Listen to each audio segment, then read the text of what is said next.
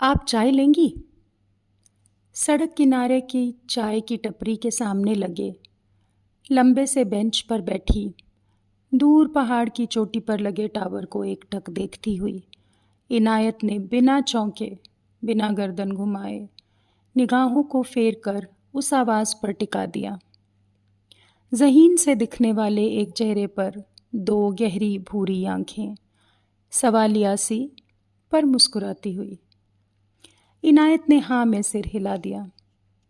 आवाज़ वहीं उसकी बगल में बैठ गई। इनायत के इर्द गिर्द आवाज़ की आभा जैसे मंडराने लगी।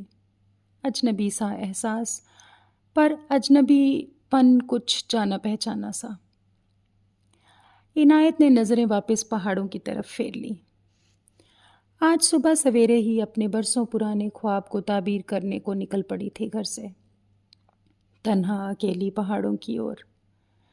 इतने बरसों तक सोलो ट्रैवल के इस सपने को अपने में संजोए रखना आसान न था।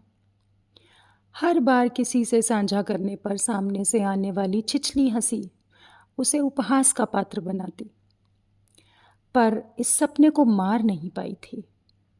कोई नहीं समझा था उसकी इस कश्मकश को सिवाय एक के। 50 साल की इनायत ने आज सुबह जब इस अदृश्य बेड़ी को तोड़ने के लिए कदम बढ़ाया तो उसे लगा कि उसका पूरा जिस्म एक भारी भरकम जंजीर में बंधा पड़ा है। कितने सवाल, कितने डर और कितने परिणाम उसे जंजीर की तरह जकड़े खड़े थे। पर आज तो आज़ादी का दिन था। आज तय था कि सालों की जद्दोजहद का अंत करना ही है। और इनायत के एक बड़े कदम को उठाते ही सारी जंजीरें मानो एक जर्जर मकान की तरह ढेर हो गई थी।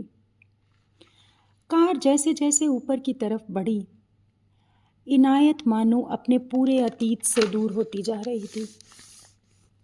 उसकी रूह के जख्मों को इस आज़ाद हवा का मरहम सुकून दे रहा था। पूरा दिन अपने पसंदीदा पहाड़ों पर यूं ही घूमती फिरती इनायत अपने सपनों को जी लेना चाहती थी। सांझ ढलने के डर से घर की तरफ निकल तो पड़ी, पर ढलान खत्म होते होते चाय का खोखा देखते ही कुछ पल और इस ख्वाब को सच होते देखने का मोह उससे छूटा नहीं था। चाय के साथ उसका गजब रिश्ता था। ये पहाड़ जो काम आज कर रहे थे वो पिछले 25 साल से चाय ने ही तो संभाला था। इनायत के जीवन में स्नेह, अपनत्व और गर्माहट की जो कमी थी वो चाय पूरी कर दिया करती थी। दिन में कई बार चाय पीने वाली इनायत किसी को ना समझा पाती कि चाय से उसे जो सुकून चाहिए था वो पीने से नहीं, बल्कि गुनगुने कप को हथेलियों के बीच पकड़ने से ही मिल जाता था। आवाज़ ने कटिंग चाय का गिलास इनायत की तरफ बढ़ाया और पूछा, आपके साथ कोई है? इनायत ने गिलास हथेलियों के बीच लिया और टकटकी लगाए चाय की टपरी के अंदर के अंधेरे को देखती रही। उसके होंठ कुछ हिले। मेरे साथ मेरी रूह थी, पर लगता है कहीं छूट गई वो। आवाज़ को कुछ समझ नहीं आया। पतीली से निकलते हुए धुएं के उस पार इनायत ने देखा एक छोटा सा चूहा बिस्कुट के पैकेट कुतर रहा था।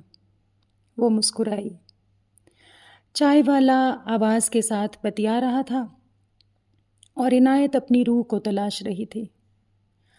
अचानक से अंधेरा घिर आया। इनायत उठी। एक आखिरी बार उसने अपनी रूह को पुकारा।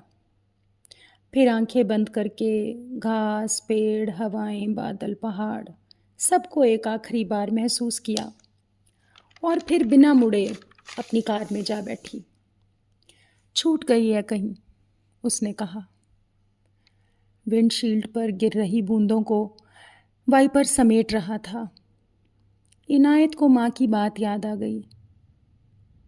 किसी से बहुत प्यार हो ना तो पूरा हिसाब किताब नहीं किया करते। कुछ लेन देन बाकी रहे तो मिलने का बहाना लगा रहता है। इनायत मुस्कुराई। रूह का लेन देन।